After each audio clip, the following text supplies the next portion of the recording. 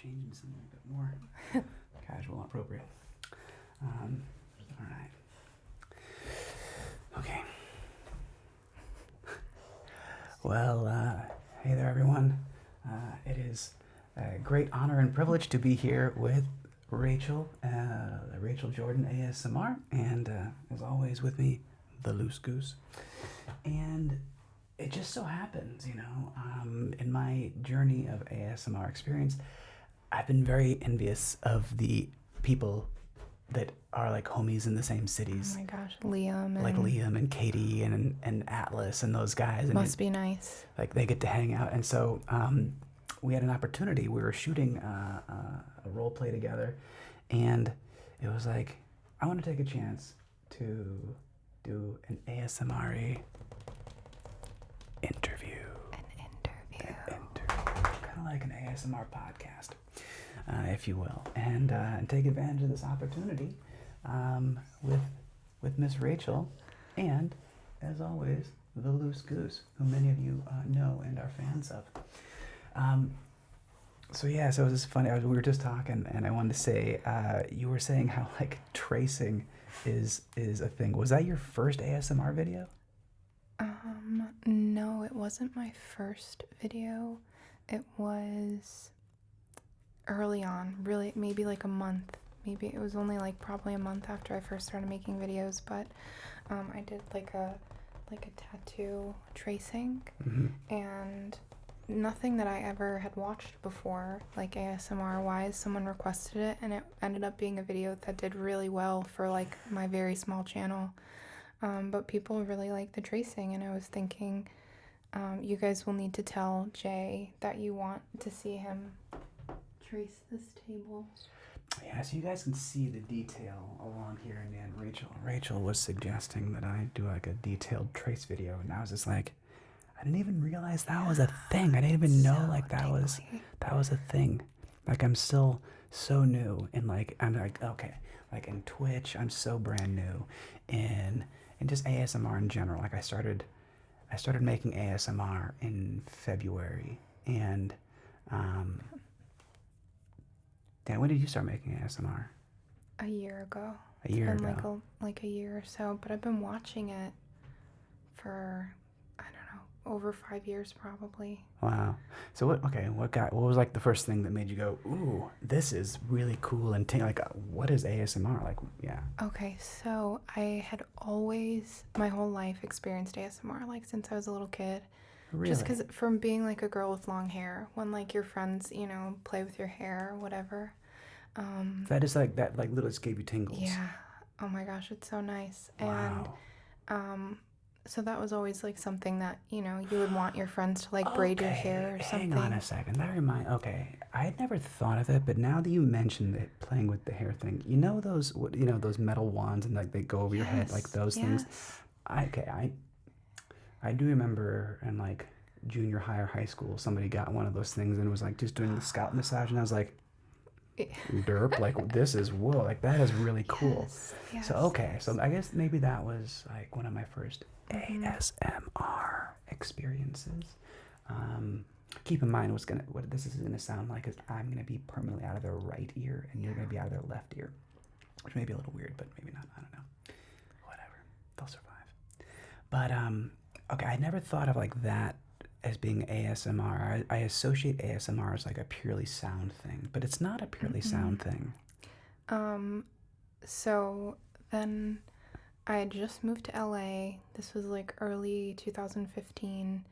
I was like just 2,000 miles away from my family, like didn't have many friends here, so I was like having a lot of anxiety. I felt super lonely, and I would be watching these like... You said you came to LA in 2015? Nice. I would watch these, or I would just play these like 8 hours of rustling leaves for sleep or something, like those like rain sounds for sleep videos. And in the suggested videos, there was a video by Massage ASMR, Dimitri.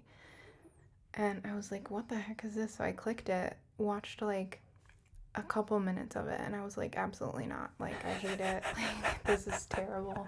I didn't think it was terrible, but I was like, not for me. Like, no. And then what is this garbage? Yeah, I was like, I hate it. Thanks, I hate it. And so I just clicked off of it, went back to my forest sounds for sleep. But I spent the whole next day, I was like, that video, it was kind of, there's something there, right? Something about that video that made you go, wait a minute. Yeah, I kind of want to watch it again. The next night, I put it on again and watched the whole thing, and I was hooked. And then, like, just fell straight down the rabbit hole, and got, like, super into massage ASMR, Maria, gentle whispering, like, all the OGs. Yeah. And I was watching, like 10 ASMR videos a night, and I feel like I got through all the ASMR videos on YouTube at that point, because it wasn't huge. Whoa, you were just like binging all the ASMR. And yeah, that was before the, now there's like so many smaller creators, which is amazing because you literally can never run out of videos anymore. Like, right. But I feel like I went through it all, and a lot of it at that point was unintentional. Yeah. That was when cranial nerve exams were on by actual doctors to like show students. Right. Oh my God, speaking of role plays, we were just talking off camera for a little bit, and it's funny how like people love it when I play doctor. Like they, for some reason, I just have like a, I got like a common, you're like a comforting doctor daddy presence. vibe. Thank you. Which I don't mind. Like it's fine, but it's so much work. Like, dude, like when I'm researching for a medical role play, like I had to sit there and like do all these medical terms, and I'm like, because I have to actually pretend like I know what I'm talking about, so I have to sound sort of like a doctor. Yep. And so they take, for me the medical role plays take the most research and work. Yeah. All role plays for me, I wasn't really watching those type of videos when I first started ASMR. Even like up until when I was making ASMR, I never gravitated towards the role plays. I don't know why, they just weren't for me.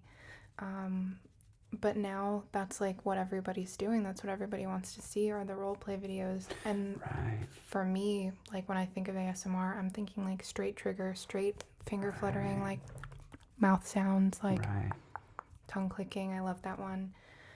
But people want like the cinematic ASMR experience now. Yeah. I mean, I guess I would simply say, like, is ASMR changing a lot right now? Yes. And is it really exciting and cool, like, to see, like, what Atlas is doing? I think, like, him and... I love you, Atlas. Yeah, dude. You and a few others, like the Jim Cheese and the Atlas and the, Jim.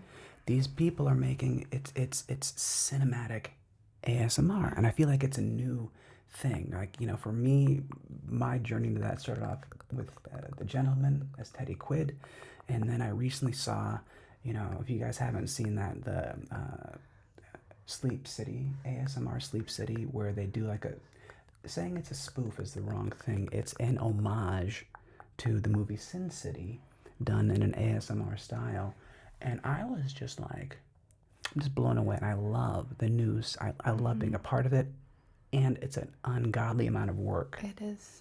I can't even, we're undertaking a separate project, but I can't even imagine the amount of editing that, like, I record with my Blue Yeti plugged into my iPhone, like, set up on some boxes.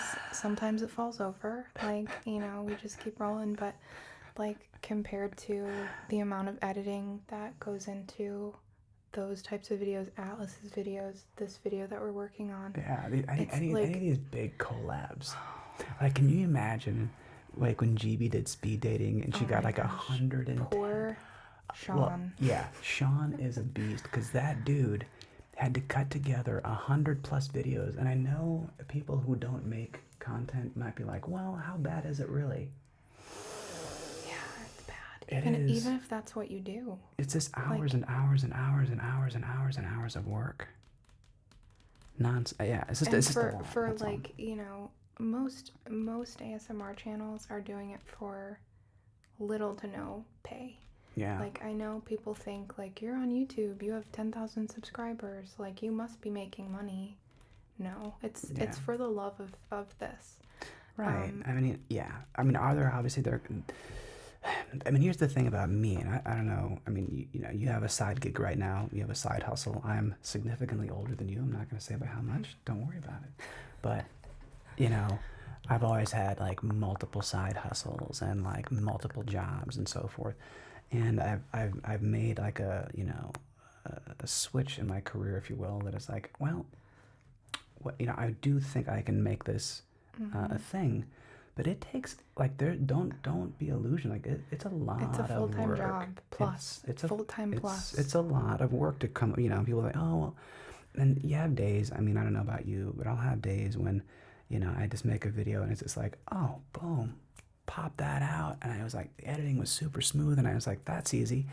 And then I'll sit there and I'll come up and I'm like, The next week, I'm it's like, I have no idea. I have no idea what I'm gonna shoot. It's like, my channel, my subs know, or like when we're live on Twitch, I'm like, I need to record a video after this stream is over. Please, for the love of God, tell me what I should record, because right? it's, No, you know, no, especially no. I have over 100 videos on my channel, and you know, that's 100 ideas, and some, you know, okay, let's Some say are that's repetitive. 75 ideas. Right. Like, I'm not just this endless well on top of like me having a full-time job. You know, it's hard, it's exhausting to just come up with new things. Well, I was gonna say the thing is too, because you don't want to just do. I mean, obviously, I think most ASM artists, we have to do the classics, right? So if we're gonna do, Cranial nerve. you gotta do a cranial nerve, you gotta do a barbershop, you gotta do, what are like some of those like the biggies? Like those two are almost Yeah. must-haves in your repertoire, you know. People really love like the mouth sounds now. People Yeah, want just like inaudible mouth whispering. sounds, inaudible, which is just really hard because you're doing it, and then it's like, And then they thought about the thing.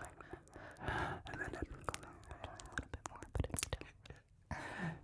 yeah, I know. Yeah, it's the mouth, like the inaudible. Oh, but again, you know what's funny though? Like so I started off and I thought I'd be making mostly like trigger style videos. I thought I'd be doing like meditative, like guided meditations, and we would do like breathe with me, positive affirmation, ASMR. And I got, you know, 200 views, 300 views. And when I jumped into my first role play, it was just like kaboom. Yeah. And it was like this huge spike explosion. But what's funny though, I wanted to get back to, it's like, yes, ASMR is expanding and growing, and yes, there is a cinematic and theatrical side of it, which is a blast. But you can't count out, like, you know, like a zeitgeist who is making basically straight trigger videos. So he does the occasional role play, or like ASMR Dennis, or like who are some just like straight trigger video people. PJ Dreams does a lot of PJ just Dreams. triggers, It's like sounds. yeah, just He has soundscapes his and role plays, but like, Yeah. you know, that's his bread and butter is like triggers. yeah. And so it's like, and I don't think that'll ever die, because people, like that is like you were saying, like that's what kind of got you into it, was like the sounds and like these initial trigger videos. And it's funny, I wonder, you know, do you think It's like a trend, a phase that. not even a phase, but it's like, will it, I don't think the classics are ever going to die in the world of ASMR. Do you?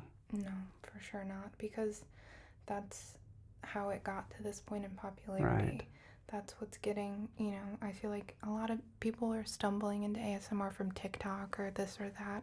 Yeah. But like I do still believe that the bulk of people are finding like those doctor videos that they're like, "Oh, I like this." And that's what is always going to be in demand. Right. Because, you know, for me, I can watch a video like once or twice, and then it's not relaxing for me anymore until like 6 months from now. So I need, like, I can't just watch the same video over unless it's just a trigger video, which is why I really like them, because if it's just sounds, I'm not memorizing the sounds, but I'll start to memorize the dialogue of like a role play, and then it's not relaxing because I'm just in the role play instead of like being role played on.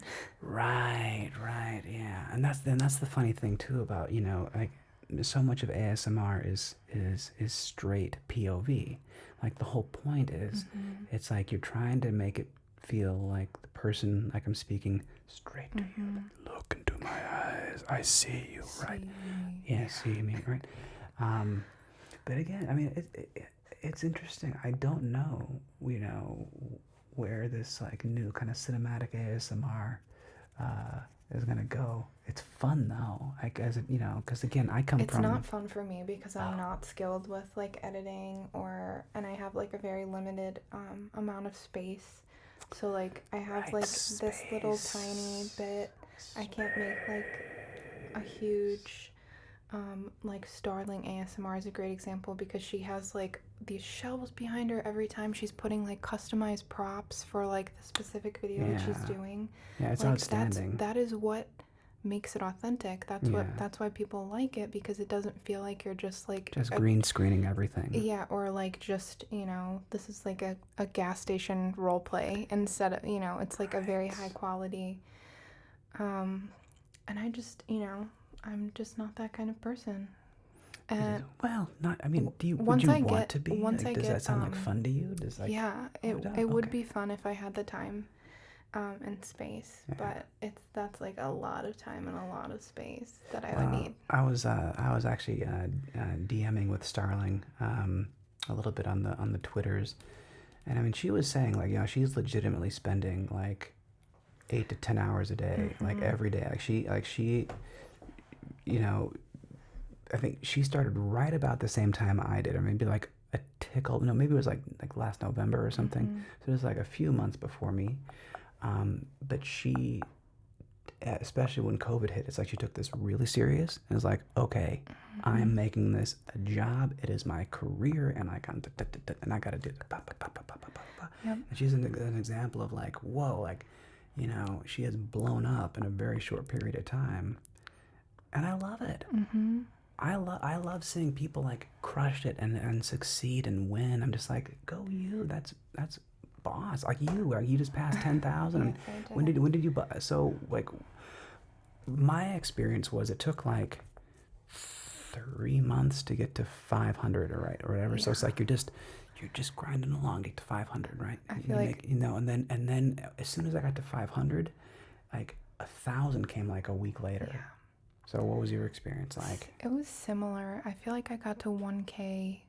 It was maybe like a month or two, but then like to 2K, slow. It was like really, you had to grind to 2K. You were quick to 1,000. And like even so between, let's say, between like August and March, I was only at 3K, and whoa, you stayed at 3K from August to March? I started my channel in August, so I grew 3K in that time period. Got it. And then between March and now, I've gotten over 7,000 subs. So it's like, but here's the thing. I never looked at my analytics ever. Guys, if you're an ASMRtist and you're watching this, go look at your analytics page, please. Just do yourself a favor. Why, Rachel? Why should you look at your analytics page? It literally tells you your audience. It tells you what they want to see, like, so that you can make content that will fit your target audience, that will fit the audience that you already have, and hopefully expand it more quickly, because YouTube really likes you when you get a lot of views. So then your next video, they'll give you a little extra bump. Oh, that's interesting. And you hopefully just let that snowball into just unchecked growth. Interesting. But up until like really it so was when I got on Twitter. When you saw your analytics and you're like, wait a minute, what was like an aha moment for you? When I realized my entire audience is male. Right. Yeah. Right. I didn't get this, mine too. So, well, I'm like 75% dudes. Yeah. Which is really strange because my YouTube comments are about 50-50. That was what I was thinking. If anything, I'm probably a little bit more female, because most of my comments were from women. My friends that I've built relationships with so like on the channel. All your comments are women, but all your actual views are coming from dudes. And so I was like, okay, well, I see all these other channels doing like the men's role plays, the men's spa, men's barbershop. And I was like, okay, well, my whole audience is male. I should do a male targeted video, which I did.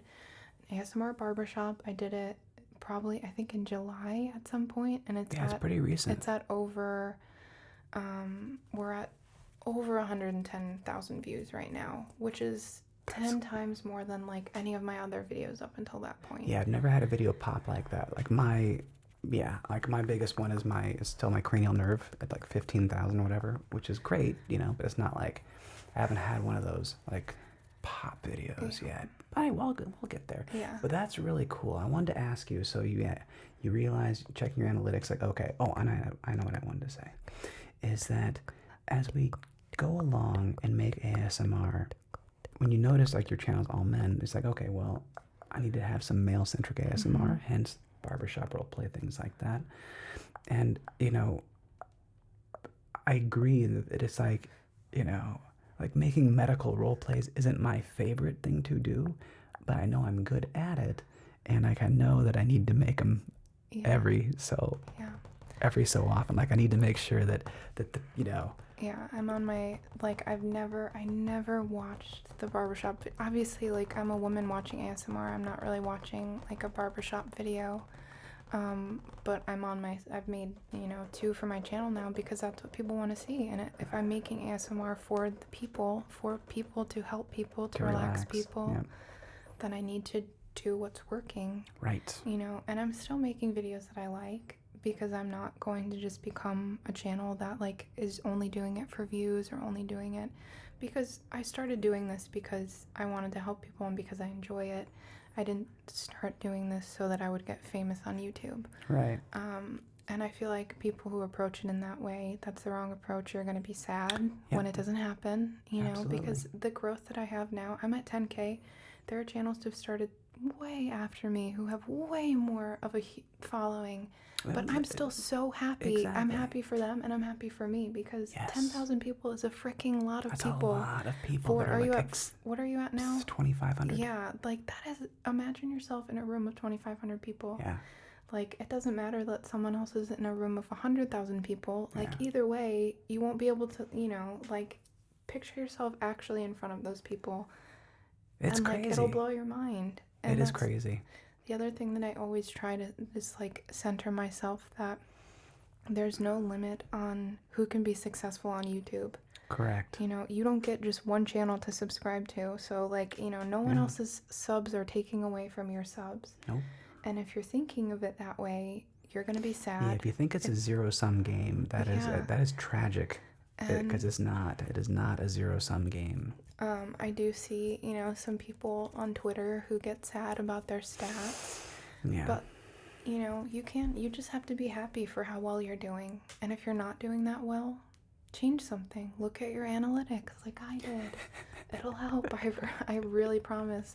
I'm kicking myself that I didn't do this back in August. I just can't believe you waited that long to look at your analytics. I just was like, okay, YouTube, I get it. Like, I'm just trying to upload a video. Like, get away from this page. Like, why can't you just take me right to my videos page? They're like, please look at this for the love of God. I'm like, I don't need it. No, I know. I do need it. I know what the people want. I know what my fans want. Yeah, and the other thing that's helped a lot, I feel like you have a more organic and like connected relationship with your subs when you stream. Like when you get to interact with them in like a real time like chat. I love you call them subs. It's like Dom subs. My That's subs. What I always think of. I think of that all the time. I'm your Dom and you are my subs. Bow down to me. It is so much more like enriching to my like ASMR experience to have fans, to have friends who come to every one of my streams, and like I just get to keep up with their life and they keep up with mine. I love it. I've noticed the same thing on Twitch. It's so funny. There's a couple. I'm brand new to Twitch, right? Please go follow Jay on Twitch. Thank you. Yes, I'm on Twitch. ASMR Jeremiah. I'm really hard to find. Everything is ASMR Jeremiah. Branding. Twitch, Twitter, everything. YouTube. But I was on. But the cool thing. Are you on YouTube? I am on. You guys should follow me. If you're watching this, you should probably follow me on YouTube. Just hit like and subscribe. That's please. a crazy idea. That's crazy. And also, you should probably check me out on Ko-Fi if you want to help support Yeah. and make our dreams a reality. You can check us out. Do you have a Ko-Fi? I don't. Do you have a Patreon? Patreon. You have Patreon. Don't post that often. Working on it. The last 2 weeks, the last What's your month, Patreon? Rachel Jordan ASMR. Nice.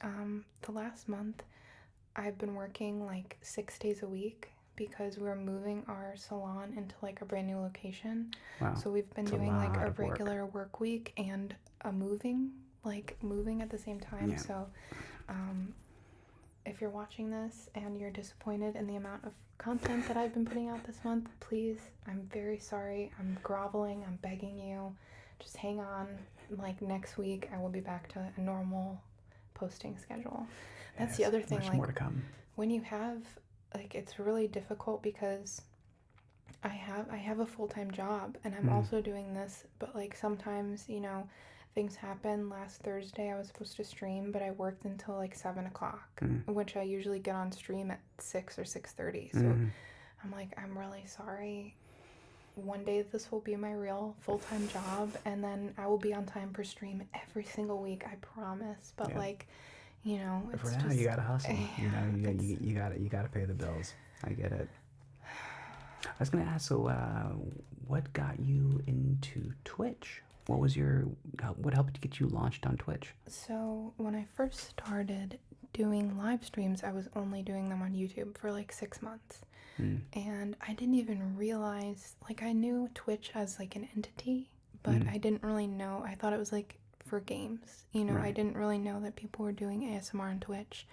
And then really what changed a lot of things for me was getting on Twitter and connecting with a bunch of other ASMR artists. Because I didn't really have a lot of ASMR artist friends besides ASMR Charm. Love you, Charm. I didn't have any like ASMR artist friends who I talked to on a regular basis before I got on Twitter, but that's like our community. Like those are our friends. Right. And I was seeing like, you know, other ASMR artists were streaming on Twitch. I started watching some streams. Tingles was actually like the first ASMR artist that I watched on Maddie, Twitch. he is OG. And I was like, I had so much fun, and I literally was watching like 3-hour streams like the whole time. I was like sitting like, this is so much fun. And I was like, why am I not doing this? And interesting. You know, I learned about, just through watching like some streams, I learned about like you can subscribe for, you know, $4.99, and the creator gets half of that. You can donate bits, you can, and like, you know, people on my live streams were asking me how to donate, and I was like, don't worry about it, but people were asking these things. And so I was like, okay, this is an easier way to support me. I didn't want to make a Patreon at that point because I knew that I wouldn't have time to put like enough content up that like I didn't want people to support me financially and feel like they weren't getting anything out of it. Right. So yeah, you didn't want to, and I'm debating this myself. Like I've set up a Ko-Fi, but I know I want to. Do I do like, you know, the Zeitgeist or the Atlas style of Patreon where it's $1? It's just like, you know what? It's just showing love, and it's just like it's not a tiered level where it's like if you pay me $20 a month and you get custom this or that. It's like, no, it's just a one level like tier to support, and of course you can support them at whatever value you want. But you know, but it is the challenge is, okay, on top of your regular ASMR and Twitch streaming schedule, now you got to make exclusive content for your patrons. Yeah. And it's got to be, you know, and it's like, man, it's got to be that now they're paying, so it has to be like at least as good, if not better, than what they're getting for free. Right. So I was already doing 2 live streams a week, every week. And I started live streaming because I didn't have enough time to make as many videos as I wanted, but I still wanted to get ASMR to my friends. Right. And I was like, why don't I just do it here? Because people can subscribe and they know that it's for the same thing that they've already been getting. It's basically like Patreon for live streams. Right. And that was like, changed the game for me. And I've found more community members for me on Twitch who, you know, have now become like my friends who hang out with me every Monday and Thursday. But it's also a way to help me pay for new equipment that I want because, you know, YouTube, sorry, YouTube, cover your ears. YouTube, if you're listening. Don't worry about this, YouTube. YouTube doesn't pay that well. Don't worry about that. Smaller channels. Just don't worry about that. So, like, it's significantly more lucrative, and it's easier for me to put that money into new lighting, new mics, new whatever. Yeah, I know. It's like the gear never ends. Like I want to get some soft like boxes. These are like very expensive microphones, and you have to get 2 of them. You gotta get two of the darn things. Because Yeah. I had the one, and I was watching all these, like, when I was starting to try to get into ASMR, and everybody had these Blue Yetis, and I was like, dude, because I couldn't get the microphone to track back and forth. You can't. There are ways of doing it in post, and like Reaper, you can like adjust the pan and things like that. But you don't. It's not real binaural sound. So I was like, crap. Well, I need to get one more of these Rhodes. Yeah. But I mean, you know, it's worth it. I mean, I'm glad I did. I mean, that's one thing that I, you know, as a new ASMR artist or whatever, that one of the first compliments I got was like, dude, your audio sounds really good. Well, it helps that you started doing voiceover. Yeah. You know, that like puts you a step ahead already because you're doing voice editing, you know about audio levels, you know how to speak so that your voice sounds good. And, you know. Well, I just listened to myself for hundreds and hundreds of hours. So I know when that silky smooth tone gets you right in the feels. That's right, baby. Shh. That's why they pay them the big bucks. You're gonna be fine. Go to sleep. Shh. It's okay. Oh man. Well, anyway, Rachel.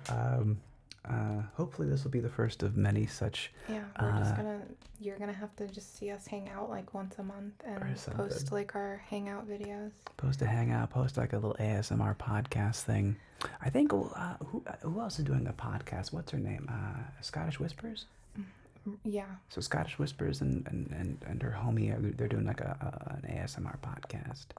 And actually, you know what's funny is I did not plan on doing a podcast when you came over here. But guys, if you want to see us collab on a video in the future, let us know what you want to see. Yes.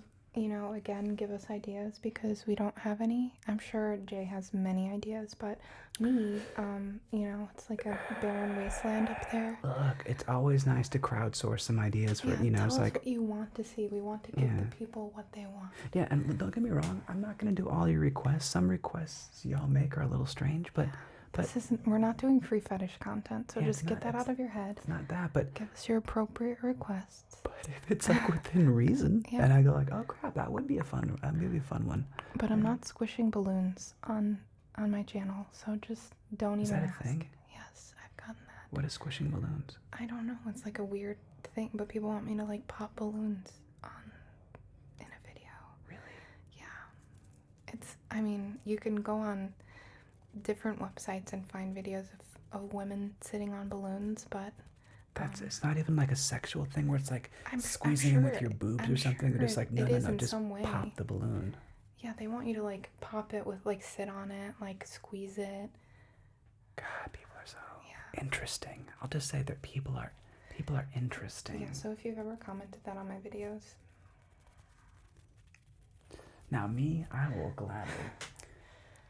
He's accepting customs. If you come to ko-fi.com/ASMR Jeremiah, and if you would like for me to pop balloons for you, I just $50 a video. I just might do it.